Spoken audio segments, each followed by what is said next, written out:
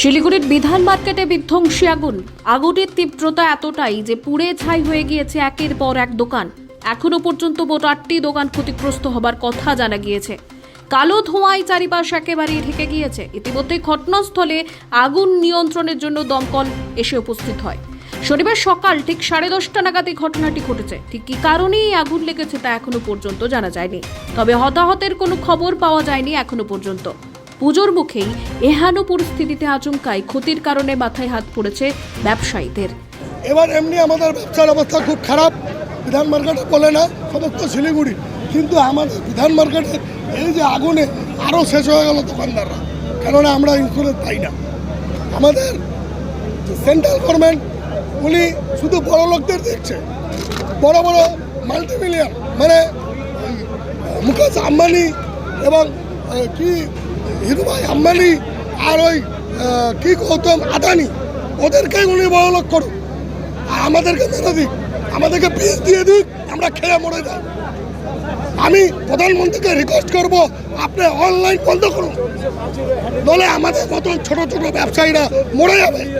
আমরা চাই যে আমাদের এই দোকানদারদের যে ক্ষতি হয়েছে তাদেরকে আর্থিক সাহায্য করা হোক সরকারের পক্ষ থেকে, তারা যদি আবার বেঁচে উঠতে পারে বা আবার দাঁড়াতে পারে। এটা আমি সরকারের কাছে হাত জোর করে বলছি, আপনারা এই দোকানদারের পাশে দাঁড়ান যাতে এই দোকানদাররা উপকৃত হয় সরকারের পক্ষ থেকে। এটা আমি বারবার বলছি যে 5-10 হাজার টাকা দিলে কিচ্ছু হবে না। এই ঘটনা ঘটার সঙ্গে সঙ্গে গোটা এলাকায় আতঙ্কের সৃষ্টি হয়েছে। অন্যদিকে দমকলের ইঞ্জিন ঘটনাস্থলে এসে পৌঁছলেও সেই ইঞ্জিন নাকি ঠিকমতো কাজই করতে পারছে না, এমনই অভিযোগ তোলেন ঘটনাস্থলে উপস্থিত থাকা লোকজনেরা। সূত্র মারফত জানা গিয়েছে, প্রথমে দমকলের 2টি ইঞ্জিন এসে আগুন নিয়ন্ত্রণে আনার চেষ্টা করে। তারপর ঘটনাস্থলে আসে আরও 3টি ইঞ্জিন ও সেনাবাহিনীর দমকল। এখনো পর্যন্ত ঘটনাস্থলে দমকলের 5টি ইঞ্জিন আগুন নিয়ন্ত্রণে আনার চেষ্টা করছে। অনুমান করা হচ্ছে শর্ট সার্কিটের জেরেই এই আগুন লেগেছে, তবে সঠিক কারণ এখনো পর্যন্ত জানা যায়নি। এখনো এই ঘটনার কারণ অনুধাবন করছে স্থানীয় পুলিশ। কয়েকটি দোকানে ভয়ঙ্কর ক্ষতি হয়েছে, তাদের সাথে বসে আমরা দেখব কীভাবে তাদের পাশে দাঁড়ানো যায়। আমি তো নিজে 1-2 ফায়ার ব্রিগেডকে সাথে করে মুভ করালাম। ফায়ার ব্রিগেড কিন্তু আমার কাছে যা খবর ইনফরমেশান যাবার সাথে সাথে এসছে, সাথে সাথে সিপিকে বলেছি, সিআই পুলিশ তাকে পাঠিয়েছি। এই আধা ঘন্টার মধ্যেই সবাই চলে এসছে। এই রাস্তা দিয়ে আসতেও তো একটু সময় লাগে।